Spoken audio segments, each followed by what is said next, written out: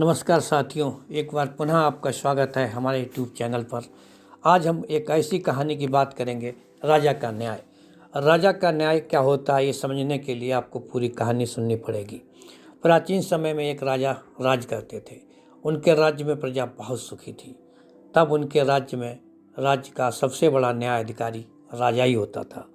मित्रों, आपको पता है पहले न्यायकर्ता राजा ही था। बड़े अपराध के लिए राजा खुले दरबार में दोनों पक्षों के तर्क और अपने मंत्रियों की सलाह पर न्याय देता था। ये उसी समय की बात है। राजनी, भूमि विवाद, परिवार के मसले राजा द्वारा नियुक्त उसके न्यायाधीश ही सुलझा करते थे। इसमें राजा की दखलंदाजी ज़्यादा ना होती थी। एक दिन राज दरबार में एक व्यक्ति को पेश किया गया। उस पर अपने ही पड़ोसी की हत्या का आरोप था। कई दिनों तक विद्वान मंत्रियों ने अपने अपने तर्क दिए और अंत में तय हुआ वो व्यक्ति हत्या का दोषी ही है। उस दिन राजा के द्वारा फैसला सुनाया जाना था।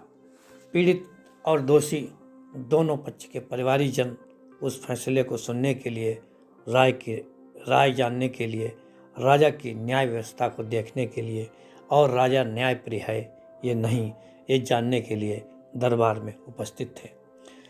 दोषी की पत्नी और बच्चे, पीड़ित की पत्नी और बच्चे दोनों ही राज दरबार में हाजिर थे।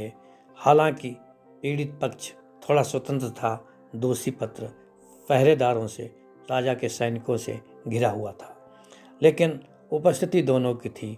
राजा दरबार में बैठा हुआ था और वो सुन रहा था उन अपने मंत्रियों के तर्क, जो दोनों के बारे में जो अपनी राय रखते थे। कुछ मंत्री कहते थे कि यह मूलतः अपराधी नहीं है, इससे अनजान में गलती हुई है, इससे यह भूल हुई है। लेकिन दूसरा पक्ष कहता था हत्या तो हत्या है, चाहे वो जान में हो चाहे वो अनजान में हो। राजा अब अपना फैसला देने वाला था। राजा भी ये देखकर हैरान रह गया कि दोनों के परिवार एक जैसे हैं। मंत्री ने बताया कि राजन, हत्यारे के परिवारी भी आए हुए हैं और दोषी के, पीड़ित के भी परिवारजन आए हुए हैं।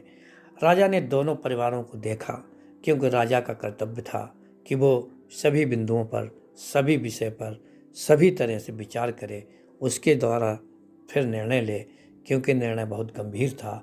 निर्णय की गंभीरता इसी से समझी जा सकती है।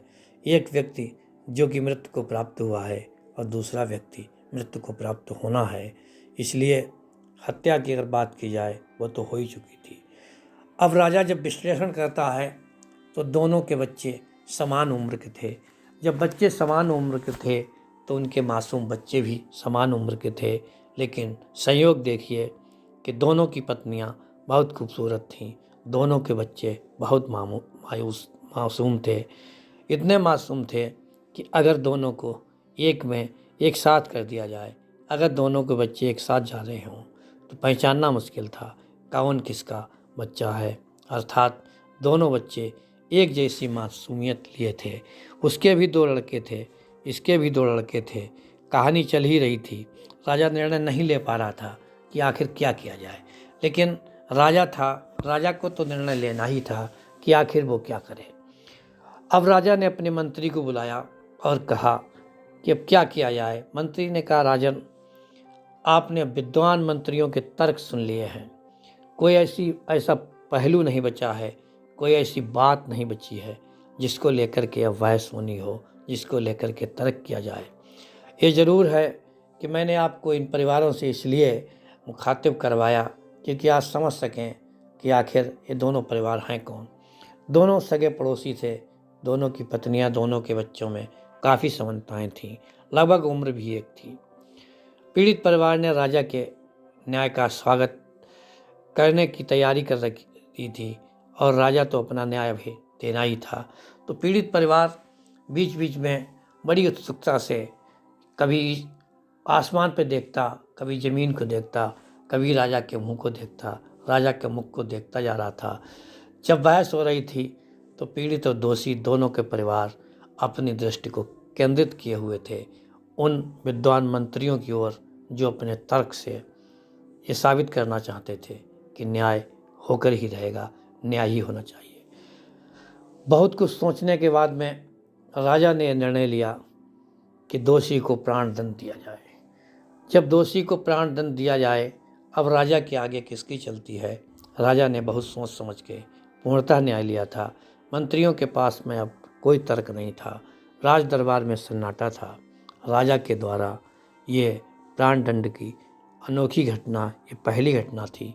राजा भी अभी हाल में ही राजा हुआ था, लेकिन वो अंदर से चिंतित भी था कि मेरे द्वारा प्राण दंड दिया गया। किंतु जैसे ही घोषणा हुई कि प्राण दंड दिया जाएगा, दोषी को फांसी चढ़ाया जाएगा, वैसे ही पीड़ित परिवार तो जय जयकार करने लगा। उसने राजा के न्याय के बारे में तमाम कसीदे कसे, राजा की जय जयकार की, और अगले ही क्षण दरबार का माहौल बदल जाता है। अब दरबार में सभी उदास हो जाते हैं। हालांकि ये बात सही थी कि दोषी ने बहुत बड़ा दोष किया था, लेकिन राजा के इस निर्णय से थोड़ी सी मायूसी आई। दरबारी मौन हो गए और कुछ ही लोग थे जो इसके पक्ष में थे कि पीड़ित को दंड दिया जाए। अब न्याय व्यवस्था कठोर होती है, इसीलिए कहा गया है कि राजा जब अपना ताज पहनता है, जब राज मुकुट पहनता है, जब सिंहासन पर बैठता है, वो सिंहासन मामूली नहीं होता है, वो ईश्वर के बराबर होता है। उसके सर पर सजने वाला मुकुट मामूली नहीं होता है, वो फूलों का हार भी होता है, कांटों का भी ताज होता है। दूसरी तरफ देखिए, जब सजा सुनी तब उसके दोनों बच्चे, जो दोषी था उसके दोनों बच्चे अपनी माँ से लिपटकर और रोने लगे। माँ का भी रोकर बुरा हाल था। राजा देख रहा था, राजा ने देखा कि बच्चे रोने लगे। राजा ने तो अपना राज दरबार भंग कर दिया। आज की सभा स्थगित की गई, लेकिन वो बच्चे रो रहे थे, रोते जा रहे थे। अब उन्हें समझाने वाले लोग आ गए, लेकिन जहाँ मृत्यु की बात हो रही हो, वहाँ कैसे किसी को समझाया जाए कि नहीं चुप जाइए, सब ठीक होगा। कैसे बताया जाए कि इस निर्णय को बदला जा सकता है। बच्चे मासूम थे, उनकी नज़र में कौन राजा, कौन मंत्री, कौन प्रजा, लेकिन वो ये जानते थे कि अब हमारे पिताजी नहीं जिंदा रहेंगे, अब नहीं बचेंगे। माँ भी क्या करती, माँ के अंदर भी बहुत दर्द था। वो किसी प्रकार से दर्द को सह रही थी। माँ बच्चों को चुप कराने के चक्कर में और ज़्यादा रोते जा रही थी। किसी प्रकार से सैनिकों द्वारा उस परिवार को, 2 बच्चे, 1 माँ, उसको बाहर किया गया और दोषी को फिर दोबारा से कारागार भेज दिया गया। साथियों, यहीं से फिर से एक कहानी नई स्टार्ट होती है। दोषी को 7वें दिन फांसी दी जानी थी। वो कारागार में तो था ही।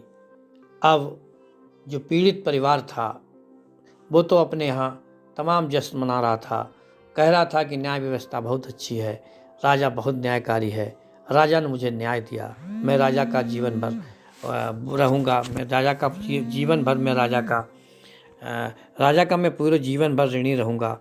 लेकिन कहानी ज़रा उधर की सुनिए कि वो व्यक्ति जिसे फांसी लगनी थी वो जेल चला गया, लेकिन उसके बच्चे उसी क्षण से रोए जा रहे थे। एक बुजुर्ग मंत्री ने कहा, एक बूढ़े मंत्री ने कहा, महाराज अभी 7 दिन हैं, लेकिन आप एक राजा हैं, आप एक पिता हैं, भले ही उसने दोष किया है, लेकिन आपको चाहिए कि उन बच्चों की भी हालत देखी जाए, उस परिवार की स्थिति भी समझी जाए। राजा ने कहा, मैं क्या कर सकता हूँ, मेरे जो न्याय था, न्याय व्यवस्था में, वो हमने कर दिया। लेकिन मंत्री के कहने पर राजा ने एक दूत को भेजा कि उस परिवार को देख के आए कि क्या होता है। साथियों, जब दूत जाता है, पता लगता है कि आज 5 दिन बीत चुके हैं। उस घर में चूल्हा नहीं जला था, बच्चे भूखे थे, बच्चे रो रहे थे। अब माँ भी उसी प्रकार की थी। पड़ोसियों ने बहुत प्रयास किया कि इनको भोजन कराया जाए, इनको पानी पिलाया जाए।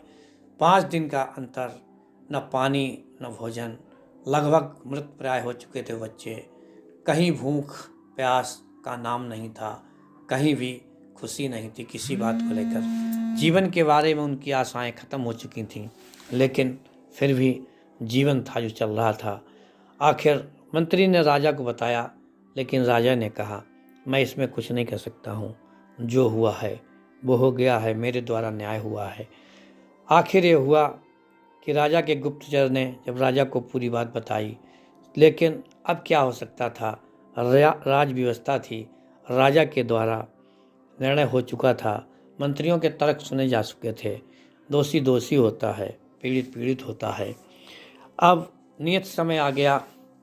नियत समय आते ही राजा ने फांसी की पूरी व्यवस्था की और उस व्यवस्था में क्या हुआ है कि फांसी दी जा रही है, लेकिन उस फांसी को लेकर भी बड़ा नगर में जो है हल्ला था कि आखिर एक पड़ोसी ने एक पड़ोसी की जान ले ली। उस जान लेने में क्या होता है वो बताता है। सभी लोग चर्चा हो रही है, लेकिन वो चर्चा व्यर्थ थी, क्योंकि यहाँ फांसी लगनी ही थी। अब राजा नियत समय पर, निश्चित समय पर उनको फांसी लगवाता है। जल्लादों द्वारा उसे फांसी दी जाती है। कहानी पर यहीं ख़त्म नहीं होती है। जब फांसी लग जाती है, बच्चों को सूचना हो जाती है, परिवारजनों को बुलाया जाता है कि आप अब इनकी डेड बॉडी को लेकर के अंतिम संस्कार करें। लेकिन कौन जाए वहाँ संस्कार करने।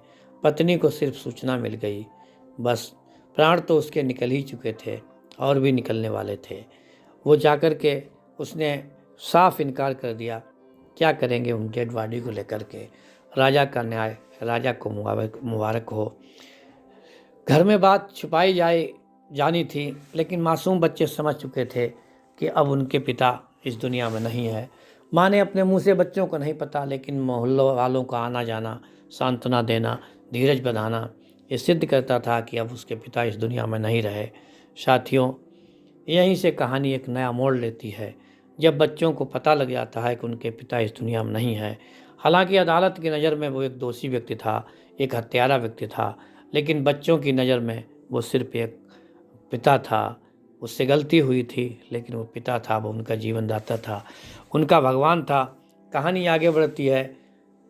जब शाम को संस्कार हो जाता है, उसकी पत्नी को पता लगता है, उसी रात दोनों बच्चों ने दम तोड़ दिया। और जब राजा को ये सूचना मिली कि बच्चों ने दम तोड़ दिया, तो राजा भी इतना उद्विग्न हो गया, इतना मायूस हुआ, इतना परेशान हुआ कि राजा अपना सब कुछ छोड़ करके जंगल को निकल गया। साथियों, आज भी भटक रहा है वो राजा इस समाज के बीच में कि उससे न्याय हुआ था या अन्याय। यदि आपको भटकता हुआ राजा मिले तो आप ज़रूर बताएं। आप मेरा कहने का मतलब तो समझ ही हो गए होंगे। कैसे लगी आपको ये कहानी, आप ज़रूर बताएं कमेंट बॉक्स में आकर के। यदि कहानी अच्छी लगी हो तो मुझे कमेंट्स करें, शेयर करें, सब्सक्राइब करें। कल फिर मिलते हैं एक नई कहानी के साथ। जय हिंद, जय भारत।